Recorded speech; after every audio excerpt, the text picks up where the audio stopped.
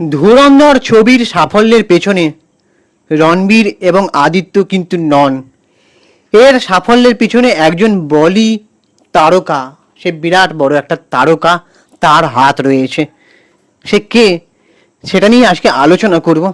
সেটা আর কেউ নয়, বর্ষিয়ান অভিনেতা রাকেশ বেদি, যে জামিল জামালি চরিত্রে অভিনয় করে লোককে একদম তাক লাগিয়ে দিয়েছে। তো সে নাকি কোনো ছবিতে হাত দিলে সেই ছবিটা নাকি সোনাই ফলে। মানে বিরাট বক্স অফিস একমাত্র রাকেশ বেদির মানে লাকি ব্যাপারটা, ওই যে বুঝতে পারছো তো তোমরা কি বলতে চাইছি। তো কেরিয়ারের ঝুলিতে এমন কিছু ছবি আছে তার অভিনয় করা, সেগুলো বক্স অফিসে ভরে ভরে সাফল্য দিয়েছে।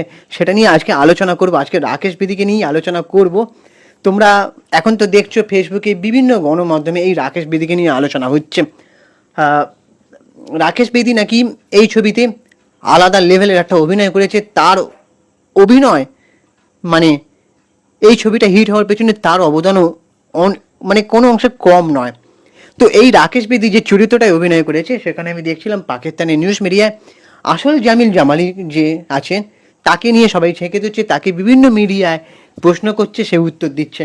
অনেকে তাকে কমেন্ট করছে, সেই জামিল জামালিকে, অরিজিনাল যে জামিল জামালি পাকিস্তানের, তাকে কমেন্ট করছে সে নাকি সত্যি ভারতীয় এজেন্ট। তো আমার মনে হয় কিছুটা জামিল জামালিকে নিয়ে অনেকটা কাল্পনিকভাবেও মেশানো হয়েছে। আমি অ্যাকচুয়ালি জানি না, তোমরা যদি জেনে থাকো তাহলে অবশ্যই কমেন্ট করে জানাও। তবে আমার মনে হয় যে আদিত্য ধর অনেকটা কাল্পনিকও মিশিয়েছে, বা তারা কিছু হয়তো লুকোতেও চাইছে, এমনটাও হতে পারে। তো আজকে এই যে আলোচনার বিষয় হচ্ছে যেটা, ধুরন্ধর প্রথম পর্বটাই 1400 কোটি টাকার মতন ব্যবসা করেছে। তো ছবির সিকুয়েল ধুরন্ধর 2 মানে ধুরন্ধর দ্য রিভেঞ্জ, এটাও প্রায় 1000 কোটি ছাড়িয়ে যাবে বলেই বিশ্লেষকদের মানে মত। তো এই অভিনেতা রাকেশ বেদি আদিত্য ধরে দুটি পর্বেই অভিনয় করে সাড়া ফেলে দিয়েছেন। চিত্রনাট্যের প্রয়োজনে সেই চরিত্রটি পাকিস্তানের রাজনীতিবিদের চরিত্রের ভূমিকায় বানানো হয়েছে, কখনো মজাদার, কখনো বা গুরুগম্ভীর, এবং কখনো তিনি ধূসর চরিত্রে অভিনয় করে তাক লাগিয়ে দিচ্ছেন। তিনি নাকি ধুরন্ধরের লাকি চাম। ইয়েস। তো 1954 সালের ডিসেম্বরে দিল্লিতে জন্ম এই রাকেশের। তার বাবা পেশায় ছিলেন একজন অ্যারোনটিক্যাল ইঞ্জিনিয়ার।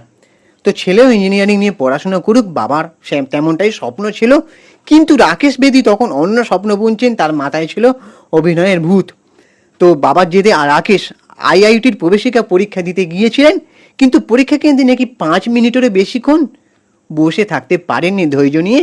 তো অভিনয় নিয়ে তিনি কেরিয়ার গড়বেন তা স্থির করে ফেলেছিলেন রাকেশ। তো স্কুলে থাকাকালীন একক অভিনয়ের বিভিন্ন প্রতিযোগিতায় অংশগ্রহণ করতে থাকেন। স্কুলের গণ্ডি পার করার পর Pune film and television institute of ইন্ডিয়ায় এফটিটিআই অভিনয় শেখার জন্য সেখানে তিনি অ্যাডমিশন নেন এবং পাশাপাশি দিল্লির নামকরা একটি নাটকের দলের সঙ্গে যুক্ত হন। তো 1979 সালে সঞ্জীব কুমার অভিনীত হামারে তোমারি ছবির মাধ্যমে বড় পর্দায় অভিষেক ঘটেছিল রাকেশের। তবে তিনি দেশজোড়া খ্যাতি পান 1981 সালে মুক্তিপ্রাপ্ত চশমে রোদ্দুর ছবিতে অভিনয় করে। এক দুজে কে লিয়ে, রাম তেরি গঙ্গা মাইলে, হিরো নাম্বার 1, গাদার এক প্রেম কথা, উড়ি দ্য সার্জিক্যাল স্ট্রাইকের মতো বহু হিন্দি ছবিতে তিনি অভিনয় করেছেন। বড় পর্দায় অভিনয়ের পাশাপাশি টেলিভিশনেও ছুটিয়ে তিনি অভিনয় করেছেন। 80-র দশক থেকে ইয়ে জো হ্যায় জিন্দেগি, শ্রীমান শ্রীমতী, ইয়েস বস, ভাবিজি ঘর পার হায়, তারপরে তারক মেহতা কা উল্টা চশমার মতো জনপ্রিয় ধারাবাহিকে অভিনয়ের সুযোগ পেয়েছেন তিনি। হিন্দি ছবি এবং ধারাবাহিকে অভিনয়ের পাশাপাশি মঞ্চেও অভিনয় চালিয়ে গিয়েছিলেন। অনুপম খের এবং নীনা গুপ্তার সঙ্গে সারা বিশ্বে প্রশংসিত মেরা ও মতলব নেই থা নাটকে অভিনয় করেছেন তিনি। এছাড়া মেসেজ নামের একটি নাটকে 24টি চরিত্রে একক অভিনয় করে প্রশংসা কুড়িয়েছেন রাকেশ। ভাবতে পারছো এই অভিনেতার কি ট্যালেন্ট, মঞ্চে অভিনয় করছে। তারপরে এই যে সেটা শুনে আমি আর অবাক হয়ে গেলাম যে 24টা চরিত্রে একটা নাটকে অভিনয় করেছেন। তো রাকেশের অভিযোগ, ক্যারিয়ারের গোড়ার দিকে তাকে একই ধরনের চরিত্রে বারবার প্রস্তাব দেওয়া হতো। উপার্জনের জন্য তিনি সেই সমস্ত চরিত্রে অভিনয় করতে রাজিও হয়ে যেতেন। কৌতুকাভিনেতা হিসেবেই একসময় পরিচিতি তৈরি হয়ে গিয়েছিল তার। ধীরে ধীরে রাকেশের বহুমুখী প্রতিভা বলিউডের নজরে পড়ে বলে অভিনেতার দাবি। রাকেশের স্ত্রী আরাধনা দেবী এবং 2 কন্যা ঋদ্ধিমা ও ঋতিকা। 2024 সালে বড় মেয়ে ঋদ্ধিমার বিয়ে হয়ে যায়। বর্তমানে স্ত্রী ও ছোট মেয়েকে নিয়ে সংসার তার। ধুরন্ধর ছবিতে অভিনয় করে ক্যারিয়ারের একটি মাইল ফলক গড়ে তুলেছেন। সত্যি এই ধুরন্ধরতে তার যে মানে নাম হচ্ছে, মানে তাকে নিয়ে যে লেখালেখি হচ্ছে, এটা মনে হয় এই প্রথম তার এই ছবিতে মাধ্যমে হলো। তবে তার আগেও ক্যারিয়ারের ঝুলিতে তিনি ভরে দিয়েছিলেন 3টি ব্লকবাস্টার ছবি। 2001 সালে সানি দেওল এবং অমিশা প্যারেল অভিনেতা গাদার এক প্রেম কথা ছবিতে অভিনয় করেছিলেন। সেই সময় ছবিটি বিশ্বব্যাপী 133 কোটি টাকারও ব্যবসা করে ব্লকবাস্টার অল টাইম ব্লকবাস্টারের শীর্ষে নাম লিখিয়েছিল। তো রাকেশ সেই ছবিতে অভিনয় করেছিলেন। গাদার এক প্রেম কথা মুক্তির পর 22 বছর পর প্রেক্ষাগৃহে মুক্তি পায় ছবিটির সিকুয়েল গাদার 2।